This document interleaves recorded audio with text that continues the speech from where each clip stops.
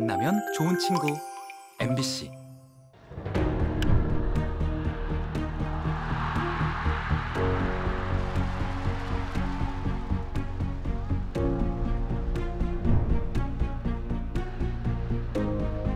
칠 7개월 동안 장정인데 이걸 이제 안배하기가 쉽지 않거든요. 그러면서 저는 디테일 야구가 4월, 5월에 비해서 지금 조금 더 떨어져요.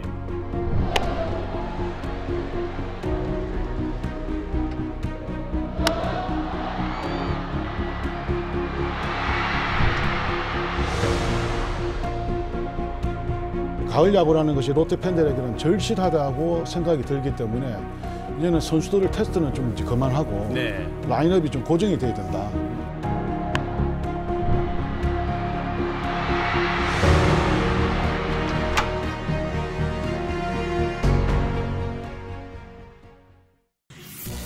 여러분 안녕하십니까? 시사포커스인 조경건입니다. 프로야구가 지난주 전반기를 마치고 휴식 기간에 들어갔습니다. 봄대라는 불명예를 안고 있는 롯데. 올해는 과연 가을 야구 가능할까요? 시즌 초반엔 연승 행진이었지만 최근엔 하락세를 보이고 있어 또 봄대 징크스가 시작된 거 아닌가라는 팬들의 우려가 높습니다. 양상문, 염종석, 롯데 출신 두 분과 함께 전반기 분석과 후반기 전망 해봅니다.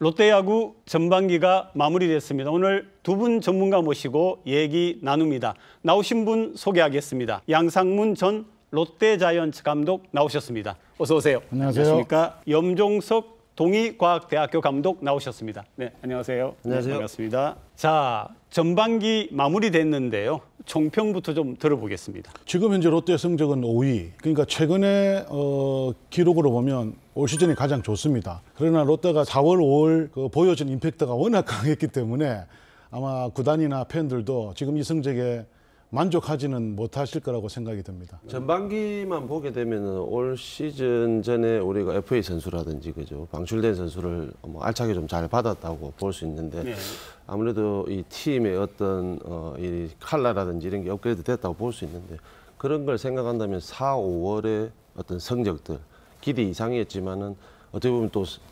선수 이 영입을 한 거에 비하면은 좋은 성적이었는데.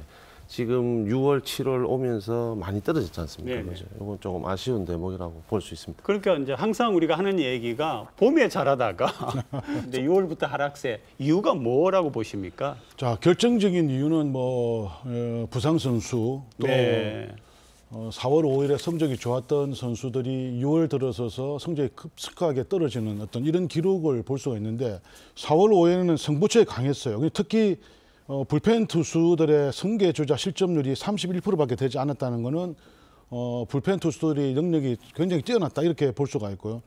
역전패도 최소 2위밖에 안 됩니다. 그러나 이런 부분이 이제는 4월, 5월에 좀 많이 던진 투수들이 힘이 떨어지면서 그 친구들이 보여줬던 어떤 퍼포먼스가 6월 들어서 전혀 나타나지 않았다는 것이거든요. 그러니까 조금 디테일하게 들어가면 4월, 5월에 좋았던 선수들을 너무 많이 쓰면서 그 선수들 관리 보호를 좀 하지 못한 것이 지금 CG에도 그대로 나타나고 있는 것 그렇다고 같습니다. 봐야 될 것 같습니다. 저 입장에서는 그냥 간단하게 말씀드리면은 두 외국인 투수, 그죠? 1, 2 선발을 맡아줘야 될 투수들이 사실 4, 5월이 좋지 않았는데 나균환 선수 혼자만이 어떻게 보면 박세웅 선수 좀 좋지 않았고 나균환 선수가 선발 로테이션을 거의 끌었다고 볼 수 있는데 구승민, 김원중 그리고 또 감초 역할을 해줬던 우리 방출대에서 들어왔던 이런 김상수 선수라든지 신정락 선수, 윤명준 선수가 사실은 생각보다는 감초 역할을 잘해줬다고 볼 수 있습니다.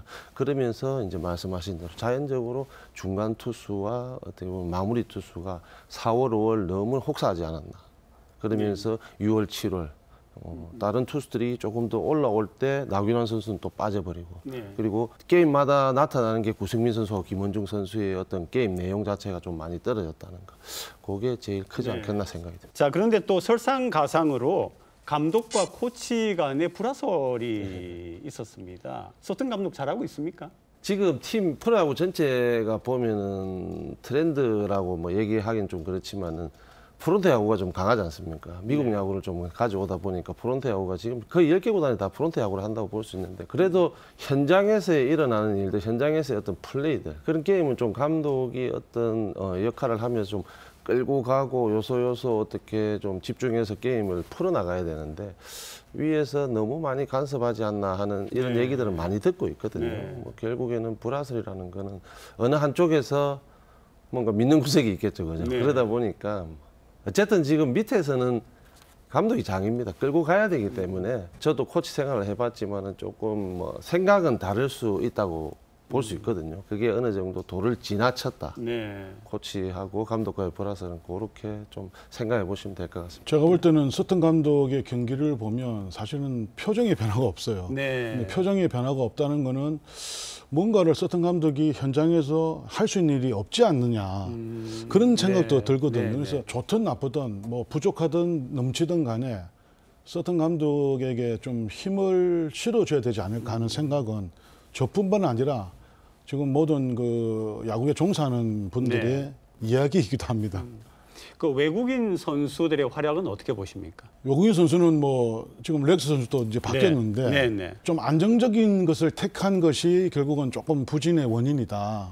예를 들면 롯데의 지금 기조는 우승보다는 5위권 싸움에 일단 올인을 하겠다는 뜻이었거든요. 네. 그리고 이 5위권 싸움을 몇 년간이라도 끌고 가서 그 이후에 이제 우승을 하겠다는 기조를 가지고 있다. 그러다 보니까 스트렐레라나 반저나 뭐 렉스 이런 선수들을 지난해 기억했던 이런 성적들을 그냥 끌고 간 거 아니냐 이런 생각이 들기도 하고 교체 타이밍도 사실은 조금은 좀 늦었다는 생각이 들기도 합니다. 네. 구드럼 선수 왔잖아요. 네, 그렇죠. 네, 어떻게 보고 계세요? 외국인 선수는 사실은 메이저리그에서의 어떤 스펙 자체가 좋은 선수도 와서 KBO 리그에 적응 못하는 선수도 있고 사실 독립리그의 용병 수준 자체가 워낙 높다 보니까 메이저리그에 대한 스펙을 팬분들이 생각을 안 할 수가 없거든요. 네.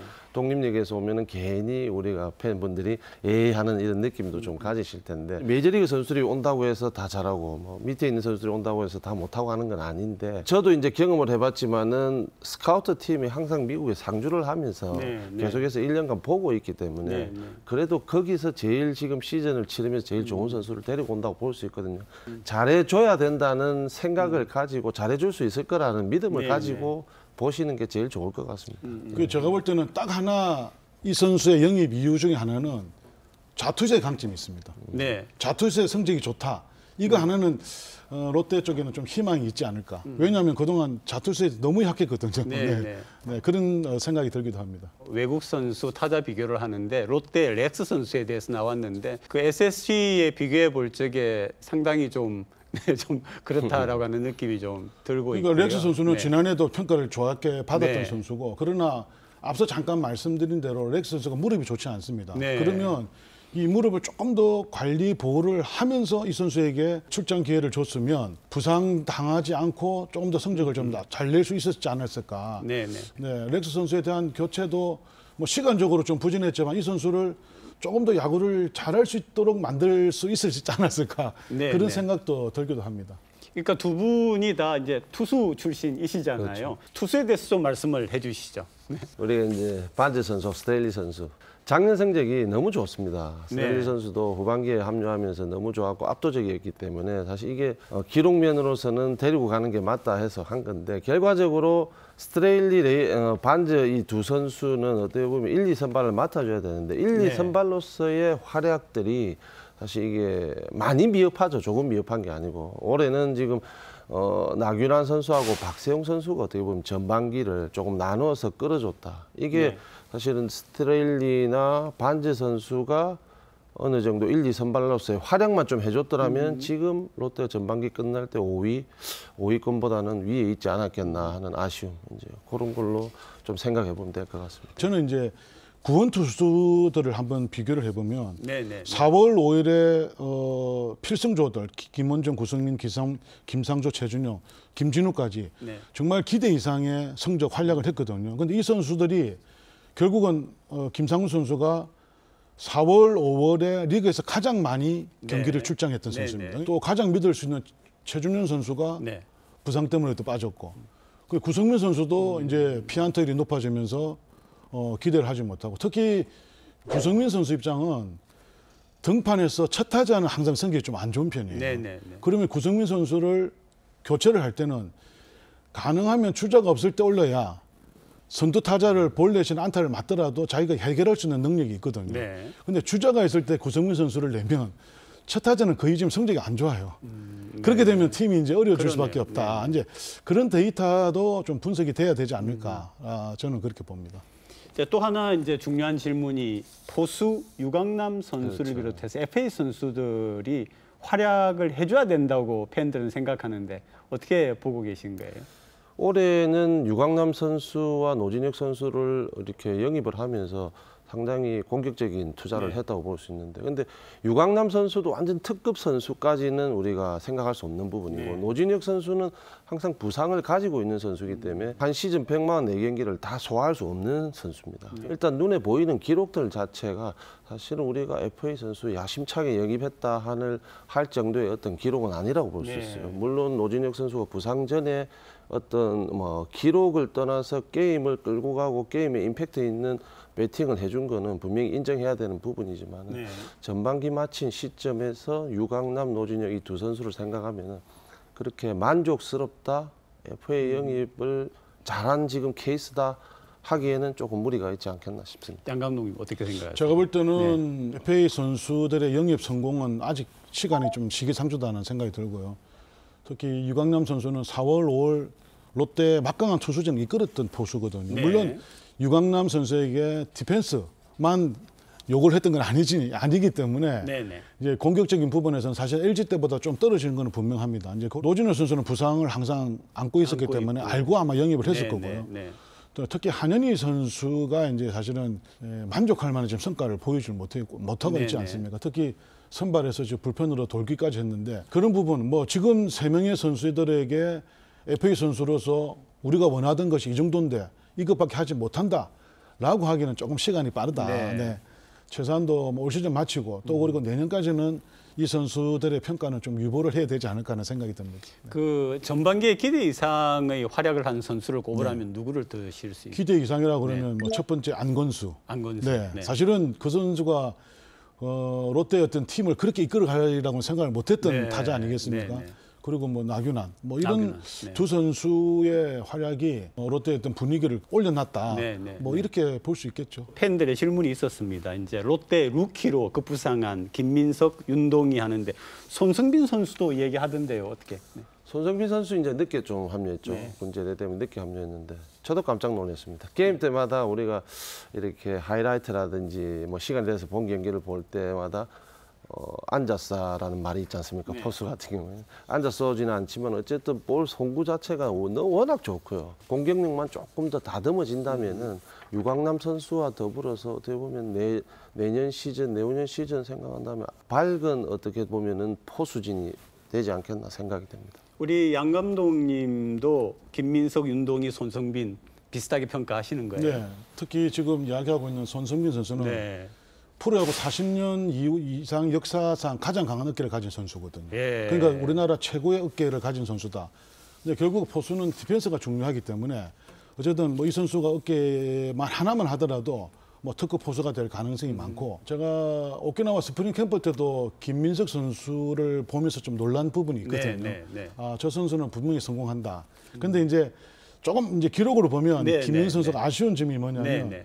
평균 타구 속도가 131km밖에 안 돼요. 네. 그리고 타구 속도가 155km 이상 되는 것이 한 11%밖에 되질 않고 또 하나 재밌는 기록을 하나 찾아보니까 10도에서 19도 정도 되는 날씨에는 타율이 1할 7푼 5리밖에 안 되고 아, 기온하고도 기온이. 상관이 있어요. 30도 이상 될 때는 타율이 1할 2푼 5리밖에 되잖아요. 네. 그러니까 20도에서 29도 사이의 타율은 3할 2푼 3리입니다. 가을에는 잘할 건가요, 그러면? 잘할 수 있을 것 같아요. 네. 네. 그러니까 이제 이게 뭐 좀 재밌는 기록이라서 한번 뽑아봤는데 아직 어리기 때문에 그냥 여러 가지 네. 변화된 어떤 상황을 적응을 잘 해야 네. 정말 특급 선수가 될 수 있다. 뭐 이런 걸 한번 좀 강조를 하기 위해서 제가 기록을 한번 뽑아봤습니다.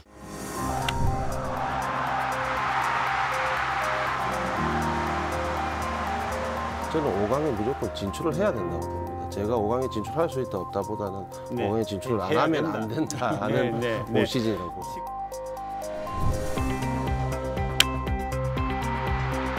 유관용 선수가 한번 터짐으로 인해서 롯데의 분위기는 완전히 달라질 가능성이 높다. 저는 그렇게 네. 봅니다.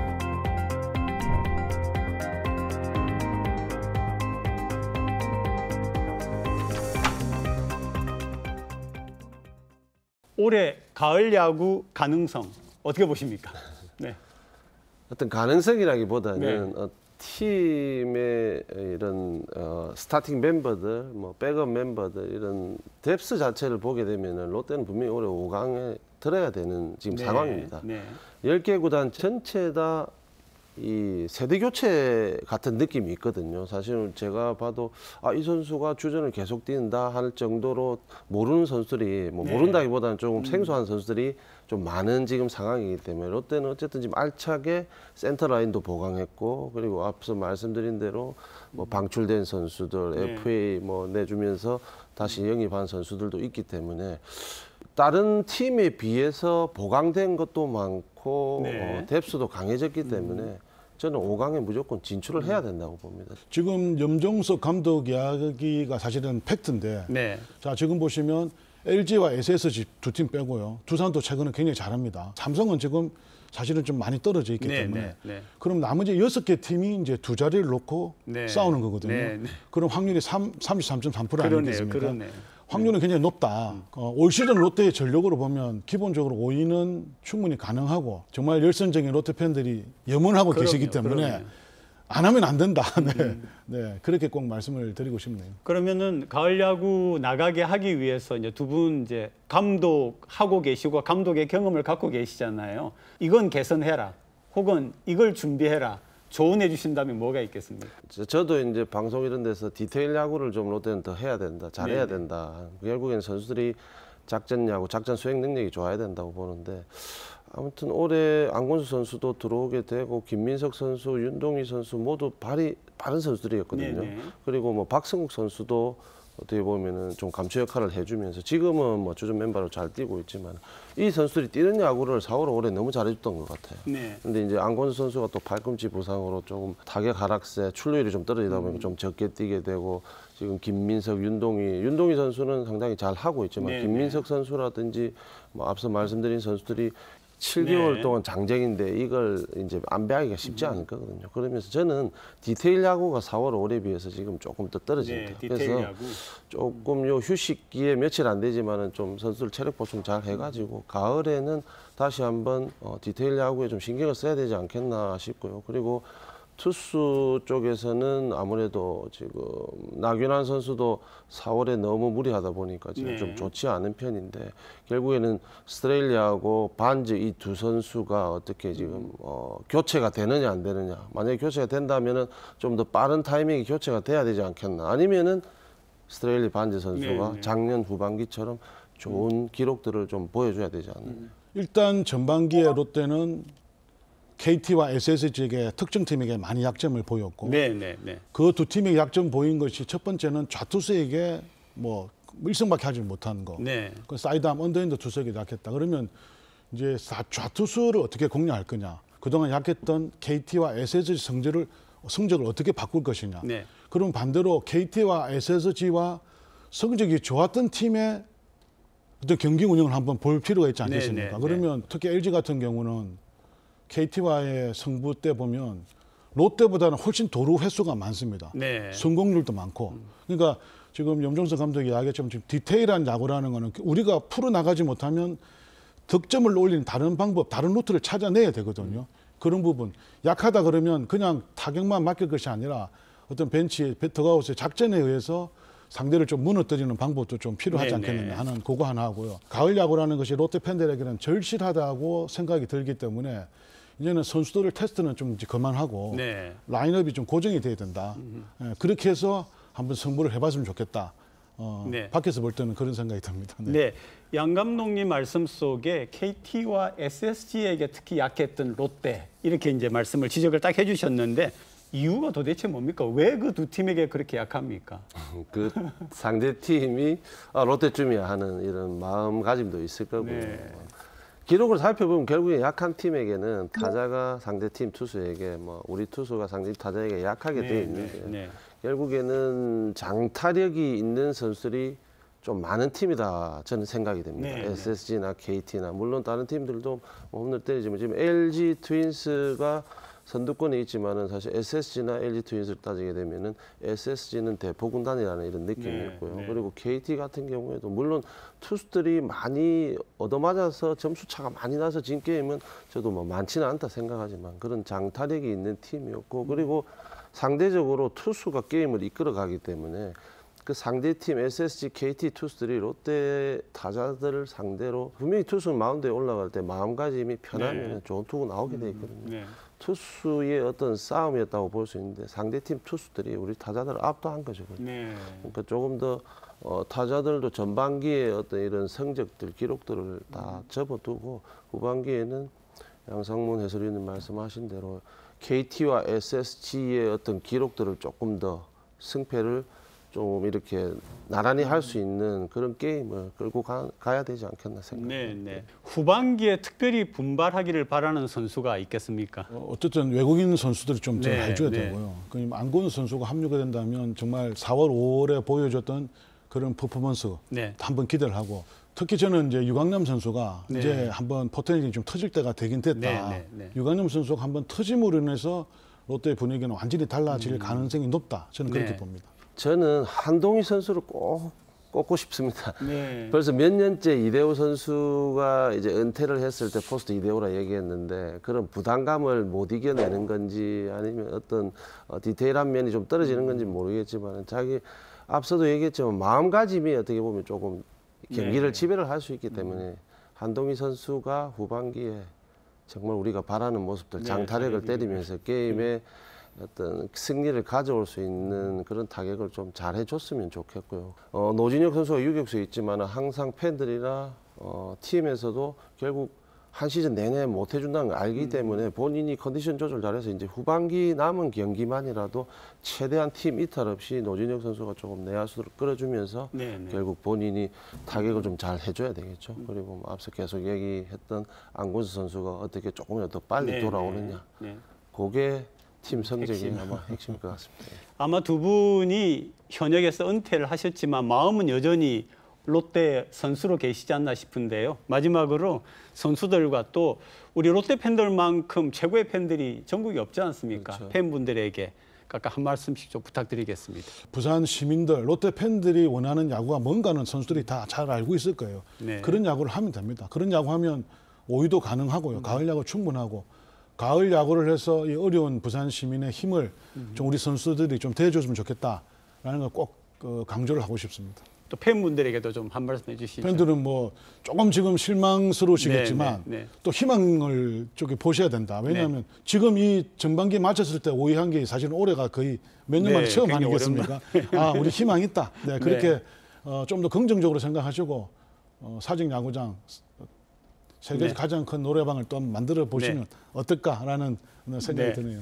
염 감독님, 우리 팀과 그리고 팬분들에게. 선수들에게 얘기하고 싶은 말은 지금 팀 자체가 신진급 선수와 어떤 베테랑 선수들의 네. 조화는 상당히 잘 돼 있는 것 같습니다. 그리고 게임을 할 때 우리가 화면으로 더가웃을 볼 때는 또 그게 어떤 나이 차라든지 연차 차이는 있지만은 잘 한데 어울리지는 것 같거든요. 네, 네. 근데 조금 팀 전체다가 완전체가 안 되다 보니까 조금 이렇게 하락세에 있는 네. 지금 상황인데 요번 휴식기를 잘 쉬면서 좀 다시 한번 선수끼리 뭉쳐서 네. 잘 해볼 수 있는 그런 시즌 후반기를 좀 가져갔으면 좋겠고요. 우리 팬분들 사직 야구장 뭐 워낙 네. 좋지 않습니까? 저도 학교에서 퇴근할 때 들어보면 이쪽으로 지나가게 되는데 워낙 감성 소리도 네. 좋고 하기 때문에 우리 팬분들 원하는 게 아마 선수들 팀 전체가 다 알고 있을 겁니다. 알고 있고 성적에 대해서 열망하고 갈망하는 거는 팬분들 선수들에게 의심 안 하셔도 됩니다. 네, 선수들도 분명히 그런 걸 가지고 있기 때문에 그걸 갖다 한때 어울려지는 이런 사직 야구장을 만들어서 후반기에 꼭 가을 야구 네, 네. 진출했으면 하는 바람입니다. 네, 오늘 양상문 전 롯데자이언츠 감독님 그리고 염종석 동의과학대학교 감독님 두 분 너무 감사합니다. 감사합니다. 네. 감사합니다.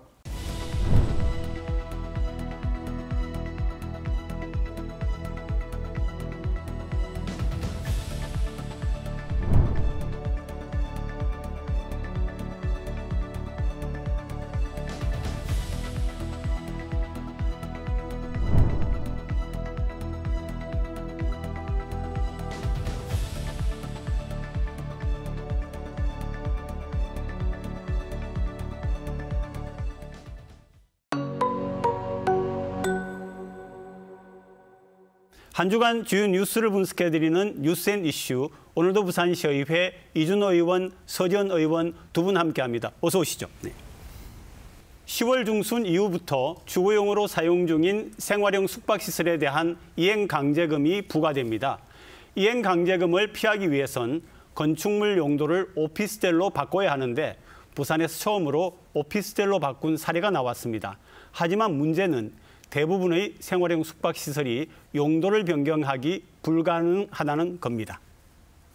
해운대구의 한 고층 빌딩, 560개의 호실 모두 생활형 숙박시설이지만 사실상 아파트나 마찬가지입니다. 그런데 이 중 4개의 호실은 오피스텔로 용도가 변경됐습니다. 오피스텔로 용도 변경을 하려면 복도 폭을 넓히고 주차 면수를 확대하는 등 설계 변경이 필요한 수준의 공사를 해야 하는 곳이 대부분입니다. H 스위트는 특이하게 주차 대수가 여유가 많아서 가능한 거였고 보통의 생숙들은 불가하다 봐야죠. 문제는 최대 수천만 원에 이르는 이행 강제금입니다. 정부는 오는 10월부터 주거 용도로 사용하고 있는 생활형 숙박시설에 대해 이행 강제금을 부과하는데 매매가의 최대 10%에 달합니다. 해운대 LCT 레지던스처럼 오피스텔로 용도 변경이 원천적으로 불가능한 곳도 있습니다. 10월 단속이 시작돼도 문제입니다. 공무원들이 일일이 방문해 주거용 사용 여부를 확인해야 합니다. 어떻게 방향을 잡아야 될지 저희도 지금 잘 모르는 상태입니다. 지금 3명입니다. 3명. 지난 4월 기준 부산 지역 생활형 숙박시설은 약 7,000호로 이 가운데 15%는 전입 신고가 완료됐습니다. 네, 현재 언론에 알려진 바에 따르면은 생활형 숙박시설이 9,865실, 거의 만실에 가까운데요.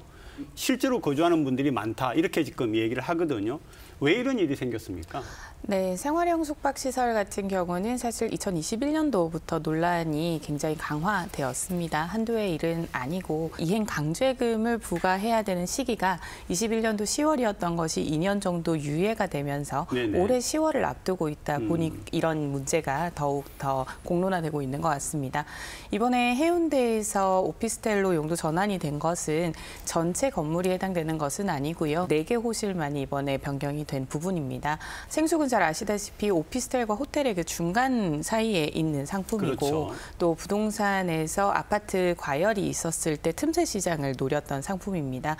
이로 인해서 사실 투기성이나 또 오히려 부동산 시장의 혼란을 더 자초한다라는 부분 때문에 네. 이번 이행 강제금이 부과가 되는 부분인 만큼 혼란은 계속해서 이어질 것으로 보입니다. 그러니까 혼란이 만들어진 거네요. 네, 이제 자유시장을 지향하는 국가는 부동산 규제를 많이 하면 안 네, 됩니다. 네, 기본적인 네. 아주 틀만 정해지는 기조인데요. 식으로. 지난 정부 5년간 부동산 대책 규제가 많게는 46차례까지 발표가 될 정도로 네. 부동산에 대한 규제가 심각했습니다. 네. 그런데 자유시장이라는 것은 그렇게 만만하지가 않거든요. 네. 이 생숙이라는 것은 과세도 받지 않고 또 다주택에 해당이 되지 않기 때문에 부산에는 한 9,685개 실 정도가 있는 것으로 파악되고 있는데 혼란이 계속 가중될 것 같습니다. 그럼 이행강제금이 지금 이제 부과된다고 하셨는데 주민들 대책은 뭡니까 그러면? 지금 부산 같은 경우는 실거주 금지 유예 적용을 받은 곳이 56동 9,900여 호실이라고 합니다.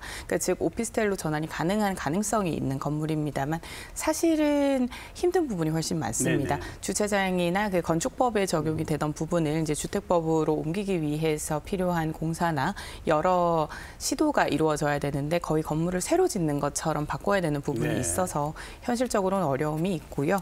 이 생숙에서 가장 문제가 되었던 지점은 결국은 공공성을 앞세워서 숙박업을 할 수 있게끔 하는 용도로 이 생숙이 네. 허가가 되었었던 부분인데 특히 부산 같은 경우는 이제 광안리나 해운대 그리고 북한과 같이 네.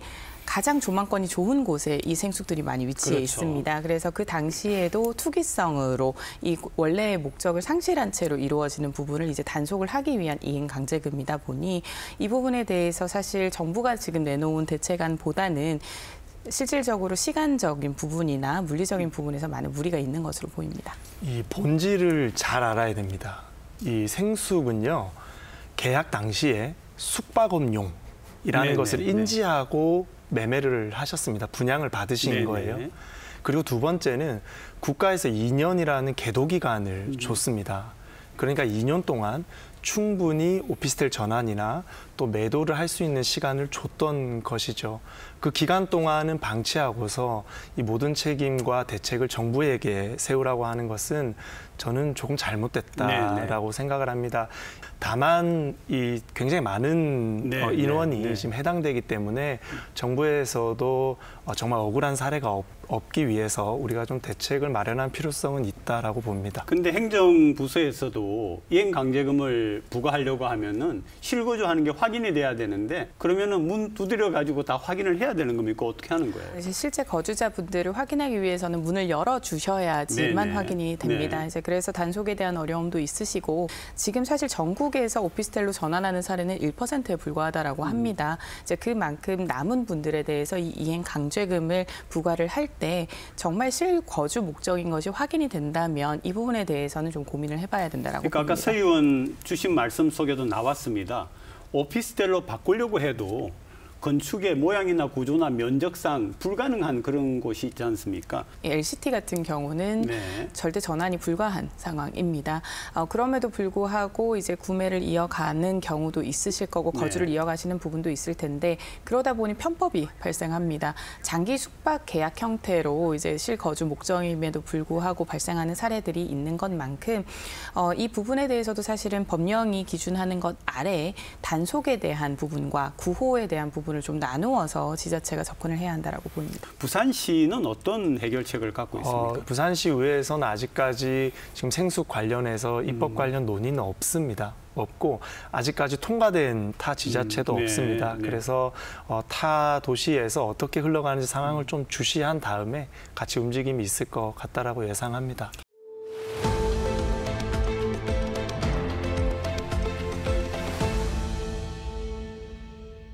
상반기 택시 요금이 오른 데 이어 부산시가 하반기에 시내버스와 지하철 요금 인상도 추진하고 있습니다. 가뜩이나 오른 물가에 서민들의 부담이 더 커지게 됐습니다.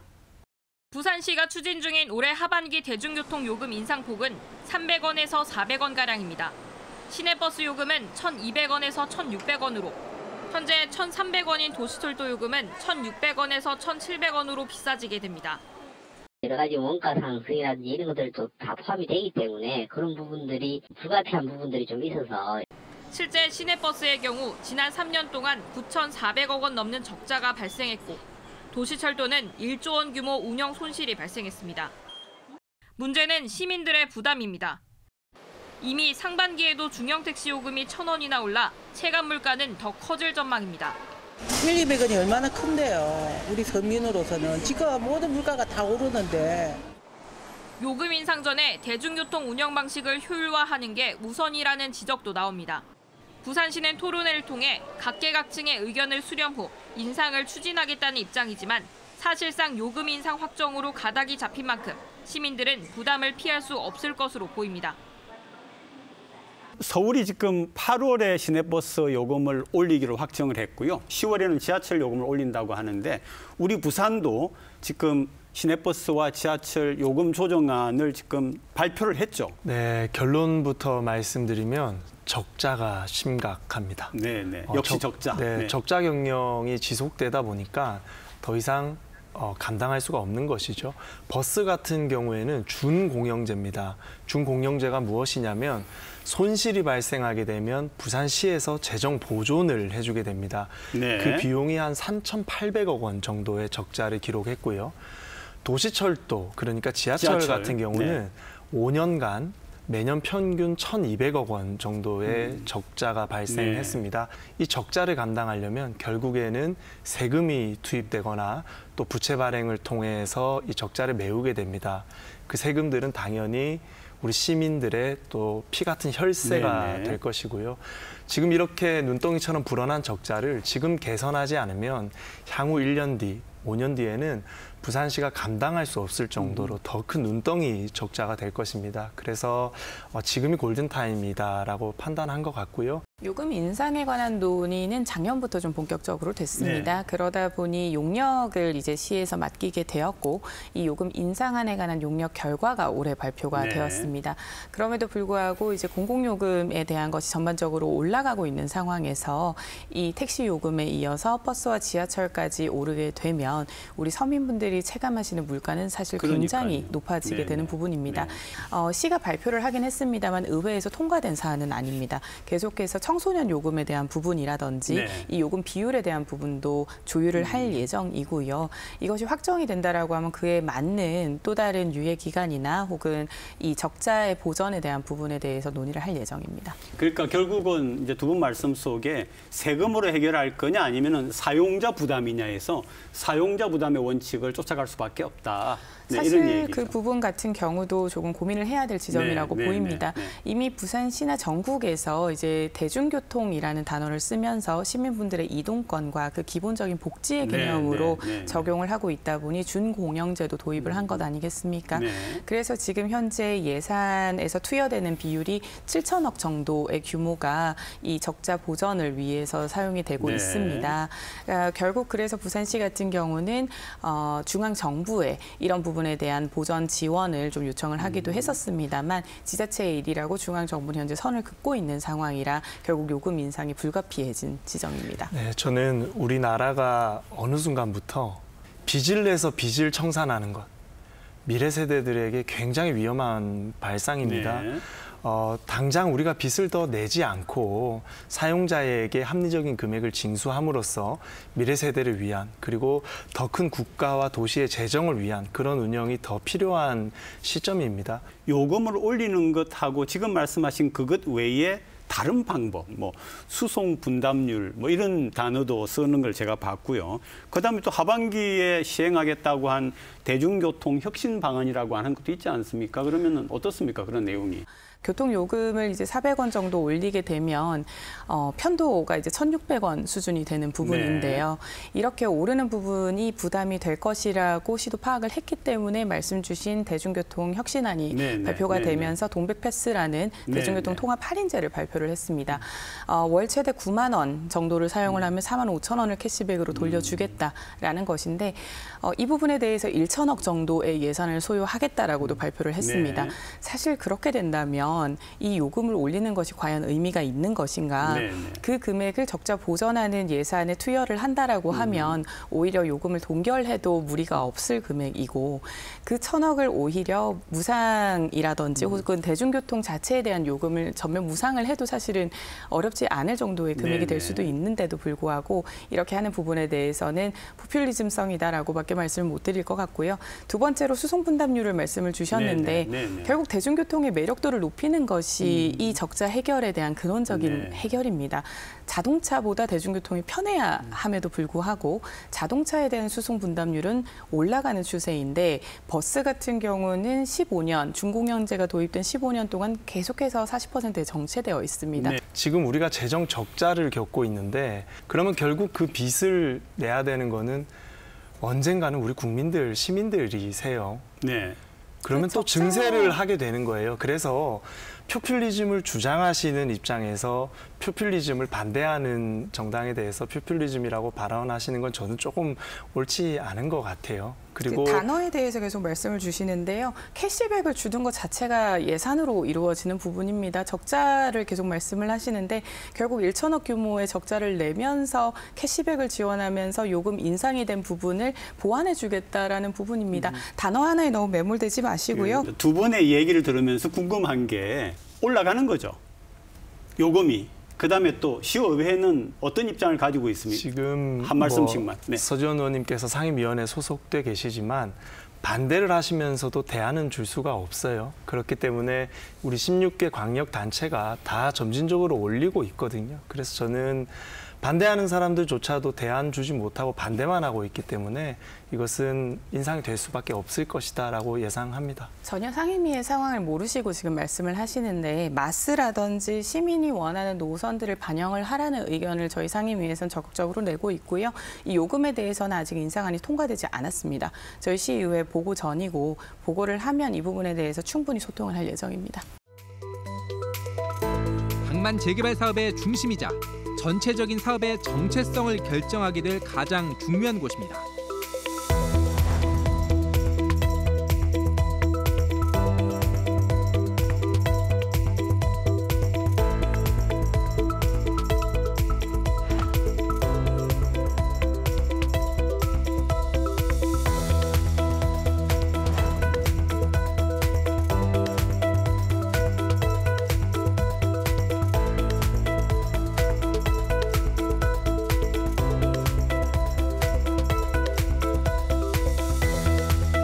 랜드마크는 북한 재개발 사업과 2030 부산 세계 박람회의 핵심 앵커 시설로서 해수부와 부산항만공사에서는 신속히 재공모를 추진해야 할 것입니다.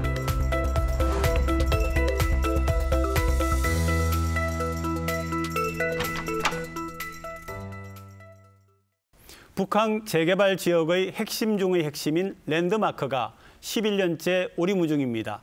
해수부는 랜드마크 부지에 뭘 담을 것인가를 결정하지 못하고 있고 부산시는 엑스포 유치의 성패를 가를 중요한 포인트라며 개발을 서둘러야 한다고 주장하고 있습니다. 자, 부지 개발이 이렇게 늦어지는 이유가 도대체 뭡니까? 당초에는 이제 1월 말에 이제 우선 협상 대상자를 선정을 하고 그리고 지금 함께 해수부 그리고 부산시 한국항만공사가 함께 이 북한 랜드마크에 대해서 결정을 짓고 이어갈 예정이었습니다. 네네. 하지만 그 사업자 선정 자체가 좀 늦어지게 되었고 준공 절차에 대한 행정 절차도 좀 늦어지면서 지금까지 미뤄져 왔는데요.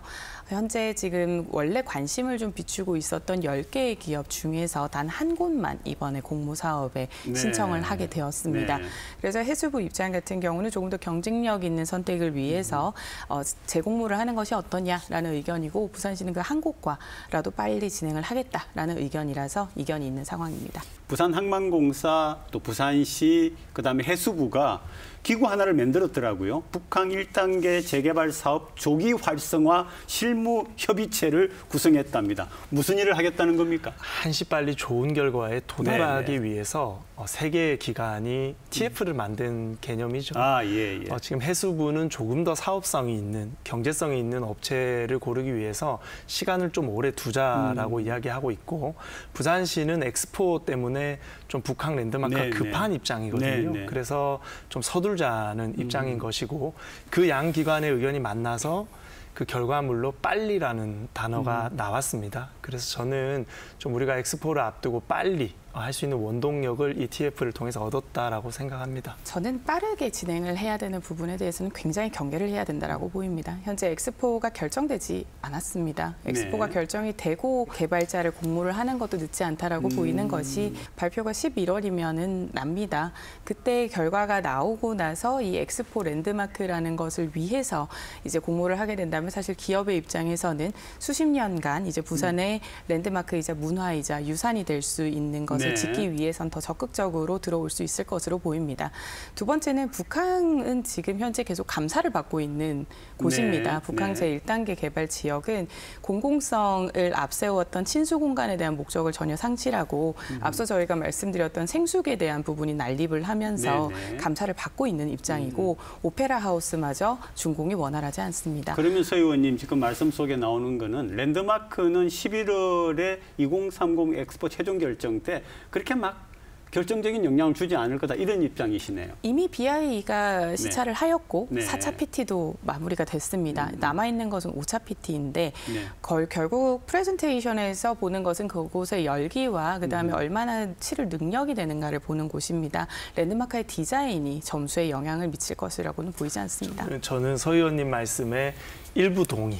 일부 비동의입니다. 먼저 동의하는 부분은 행정에서 가장 중요한 것은 빨리보다 정확하게 사업성과 경제성이 있도록 하는 것이 맞죠. 네. 저도 해수부의 입장이 맞다고 생각합니다. 하지만 지금은 우리가 엑스포를 앞두고 있는 특수 상황입니다. 제가 서지훈 의원님 말씀 중에 비동의하는 것은 어떤 부분이냐면요. 선거에서는 한 표로 당락이 결정날 수도 있습니다. 투표에서도? 우리는 엑스포 선거와 관련해서 한 표가 아쉽고 한 표가 급한 상황입니다. 지금 사우디 같은 경우에는 본인들의 부지에 10만 4천 호나 되는 주거 숙소를 공개하면서 박차를 가하고 있어요. 하지만 국제사회에 우리가 아직까지 우리의 랜드마크가 정해진 그런 모습을 보여주지 못한다면 국가 브랜드 신뢰도가 떨어질 수밖에 없습니다. 그래서 우리가 행정에 있어서 사업성과 경제성이 가장 중요하나 지금과 같이 한 표 한 표가 아쉬운 상황에서는 좀 빨리빨리 상황을 진행할 수 있도록 노력하는 것도 좋은 방법이겠다. 저 이렇게 생각합니다. 사업과 경제성을 운운하시면서 어떻게 될지 모르는 랜드마크에 대해 조속하게라도 진행을 해야 된다라고 하는 부분은 전혀 동의할 수가 없고요. 오페라 하우스 같은 경우도 그렇고 지금 기장 오시리아의 문화관광 컴플렉스도 그렇고 여러 곳에서 공모를 했습니다만 결국 선정된 곳에서도 지금 부동산의 외부 시장과 그리고 원자재값 인상 등으로 인해서 제대로 이루어지지 못했고 지금은 결국 용두사미가 된 사업들이 매우 많습니다. 그러한 상황에서 세금에 대한 중요성을 늘 그렇게 말씀을 하시면서 첫 삽을 뜨기 시작을 하면 세금이 계속해서 투여가 되어야 하는 이 사업인 만큼 좀 신중해야 한다라고 생각합니다. 말씀 잘해주셨는데요. 빨리 해야지 세금이 덜 들어갑니다. 이 공기가 늦어지고 더 딜레이 될수록 유지관리비부터 인력비가 더 많이 들어가거든요. 당연히 자재값도 상승할 것이고요. 그래서 세금을 아끼기 위해서는 하루빨리 공사가 시작되어야 되는 것이고 지금 우리는 등록 엑스포라는 범국가적 우리나라 역사에서 88 올림픽 이후로는 유례 없었던 정말 국민 염원 사업을 진행 중입니다. 할 수 있는 거는 뭐든지 다 해봐야 되는 겁니다. 그래서 좋은 말씀이십니다. 그래서 그러면 북한 같은 경우는 사실 친수 공간부터 마련이 먼저 되었어야 하고요. 약속했던 공원부터 오페라 하우스까지 모두 먼저 잘 진행이 되고 있었다면 사실 이 부분에 대해서는 크게 고민하지 않아도 되는 지점입니다. 네, 지금 서지현 의원님 방금 말씀해 주신 부분이 정말 핵심인데요. 이 부분을 부산시에 좀 잘 건의해서 해수부랑 협상하는데 좀 좋은 역할 해주시면은 저희가 좋은 랜드마크를 좀 잘 만들 수 있지 않을까 좀 그렇게 생각도 듭니다. 오늘도 두 분 말씀 고맙습니다. 네.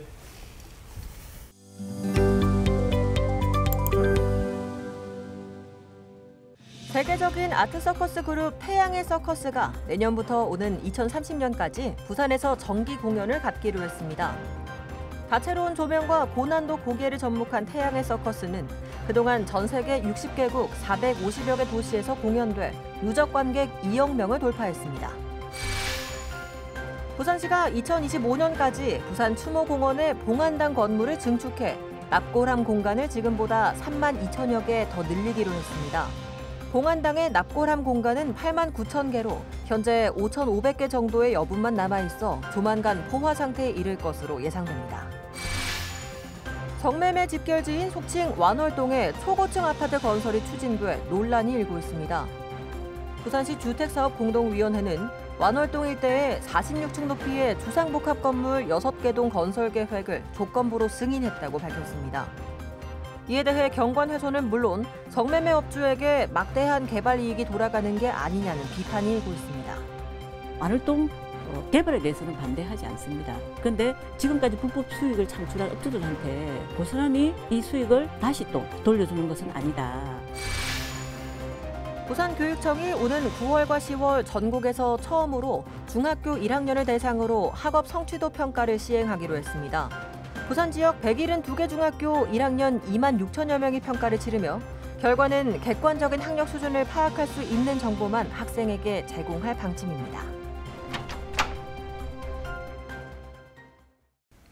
11월 말 2030 엑스포 개최지 결정까지 넉 달 남았습니다.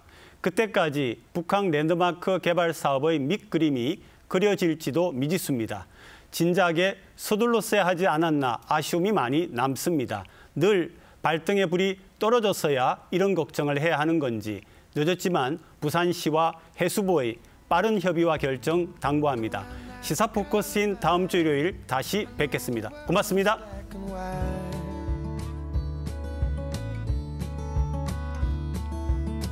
Try to keep an open mind, but I just can't sleep on this tonight.